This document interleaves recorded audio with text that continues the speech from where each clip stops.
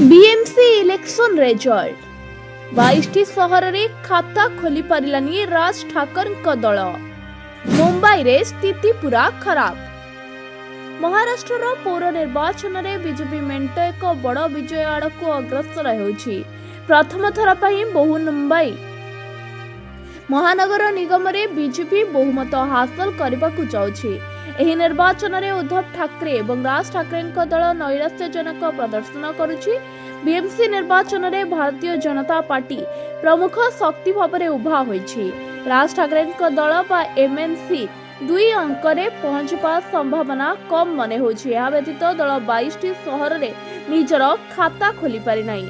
मराठी लोकंका पई कथा कहूतबा राज ठाकरे निर्वाचन में बड़ पराजय भोगी। महाराष्ट्र में बीएमसी समेत 29 नगर निगम में मोट 2869 आसन पर निर्वाचन अनुष्ठित होता।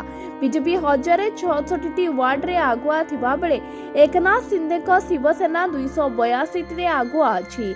महाराष्ट्र पौर निर्वाचन में कांग्रेस 222 आसन रे आगरे थिबा बेले राज ठाकरे दल 12टी आसन रे आगरे अछि। मुंबईर 227 आसन मध्यरु एमएनसी मात्र 5टी रे आगुआ अछि। कल्याण डोंबिभालीर 122 आसन मध्यरु राज ठाकरे मात्र 4टी रे आगुआ अछंती। एठारे बीजेपी एवं एकनाथ शिंदे शिवसेना एक गुरुत्वपूर्ण नेतृत्व बजाय रखिछंती। एही समय रे थानेर 131 आसन मध्यरु राज ठाकरे दल केवल गोटिए रे आगुआ अछि। नासिक रे मोट 122टी आसन अछि, जोंथरे एमएनसी मात्र 2टी रे आगुआ अछि। राज ठाकरे दलर प्रार्थी माने नवी मुंबई रे गोटिए आसन, अहल्यानगर रे 3टी आसन एवं उल्लास नगर रे गोटिए आसन रे आगुआ अछंती। एही निर्वाचन रे ठाकरे भाई माने बहु दिन पर एकाठी लड़िथिले। एमएनएस 29टी सहरर केवल किछि गुरुत्वपूर्ण आसन रे प्रार्थी देइथिला।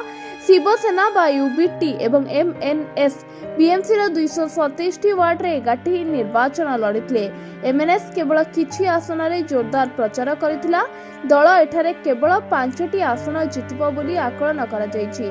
राज ठाकरे तांकर गड़ बोली विवेचित पुणे एवं नासिक उपरे अधिक ध्यान देइथिले।